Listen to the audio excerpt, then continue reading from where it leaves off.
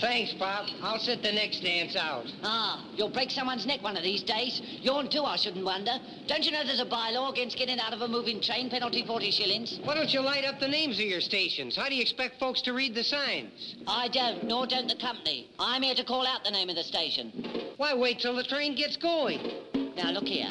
In the first place, I called out the name of the station loud, precise and clear, while the train was stationary. You had ample time to alight, ample. I heard you with my own ears calling out Canterbury after the train started to move.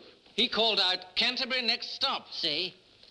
But I'm going to Canterbury, darn it. The train's going to Canterbury. And you're stopping here at Chillingbourne. Well, son of a gun. What time is the next... 8:57. 8:57? AM.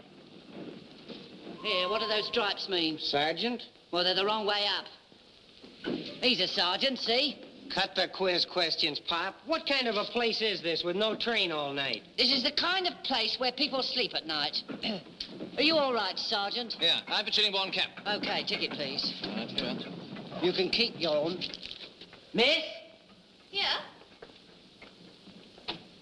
These two gentlemen will accompany you to Town Hall. Why do you think I need an escort? No young lady must go alone at night. Mr. Culpepper's orders.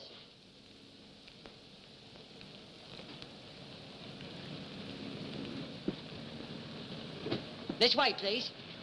Who is Mr. Culpepper? Local magistrate, justice of the peace. Say, Pop, is there a hotel in this place? Now tell you down at Town Hall.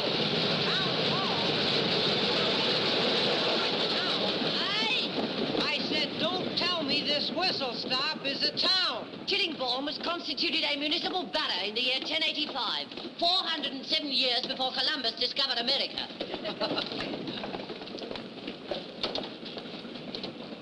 I didn't mean to hurt your civic pride, Pop.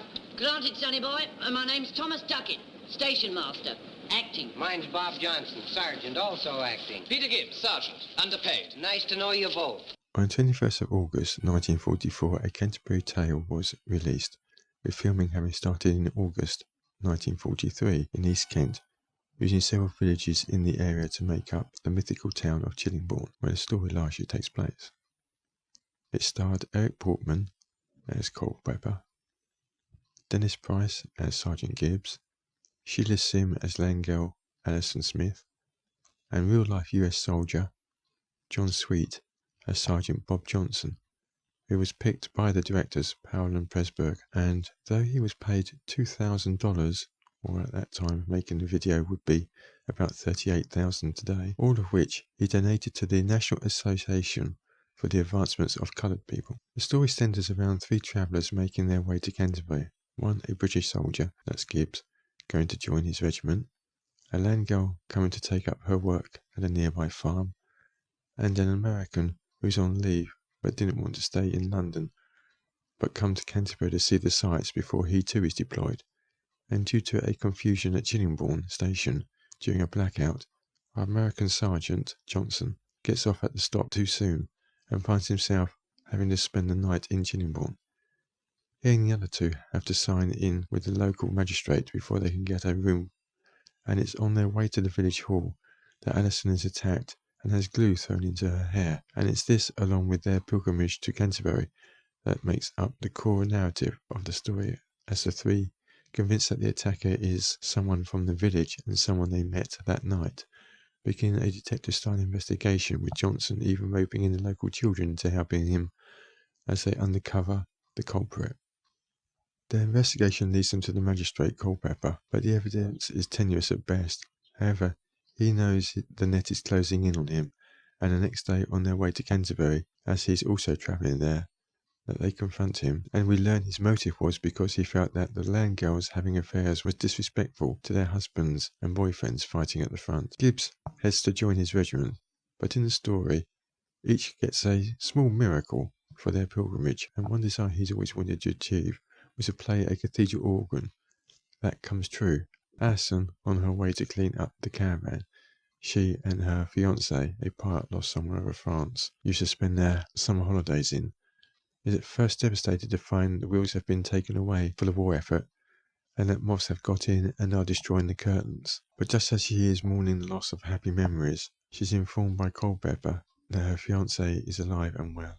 Johnson, not sure if his girlfriend is still his girlfriend, as he's not been receiving any letters, meets his friend at the tea rooms near to the cathedral, only to discover that the letters he'd written and that she'd written in reply have been delayed to each other, as she's now in Australia working to aid their war effort. And as the miracles are each received, the film comes to a rousing close. This is a multi-layered, erudite, passionate look at the British psyche, which explores themes of nationhood, country's love of nature, resilience, faith in both church and state, and humanity. Shot in the 4:3 aspect ratio in black and white, is a gentle story at a slow pace, which, considering it was filmed during a war, and doesn't skirt the issue, both demonstrating the army going through training manoeuvres, blackouts and rationing, and when it reaches Canterbury, doesn't skirt away from showing the damage from the bombing during the Blitz. But even then, the British pluck and ability to see the funny side in everything has this film full of comic moments throughout. Hello there. Hello. What are you doing? Standing.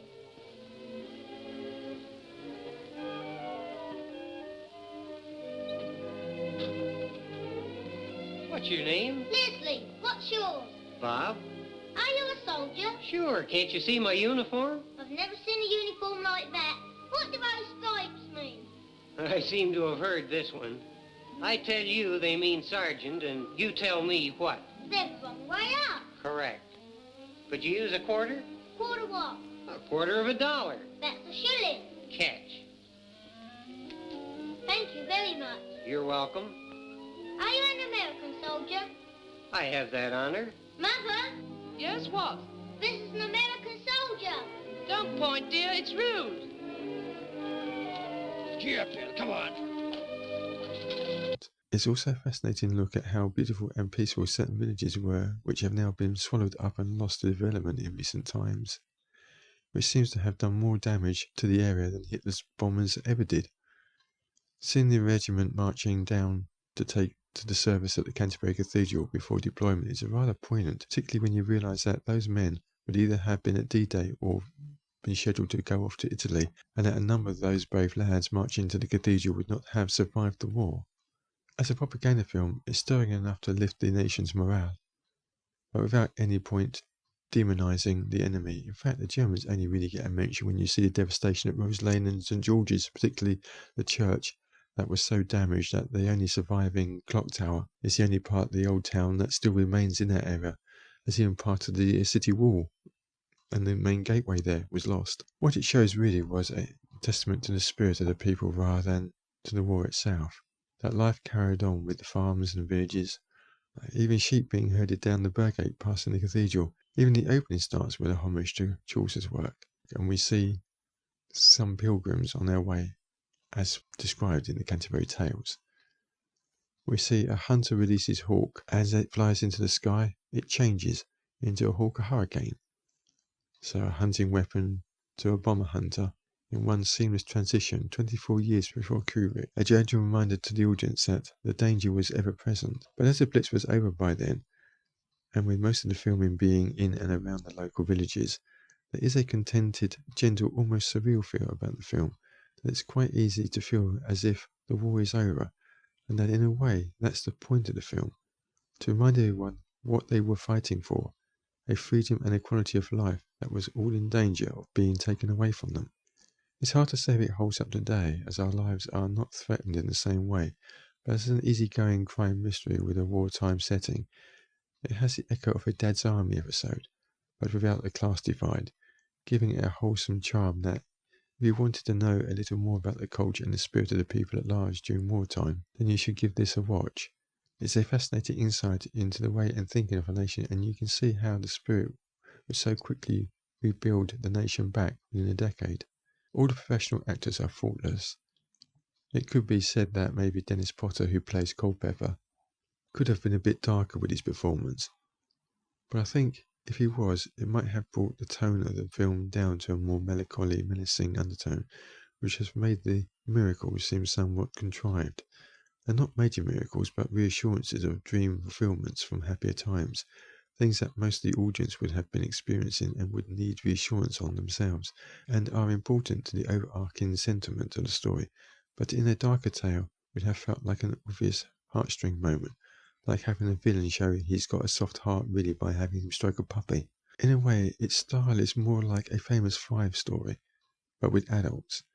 And in a time when ruins, death and food shortages are all about you, then something light yet still entertaining is what you need, and from a modern eye, it's an interesting window into a world we hope never to visit.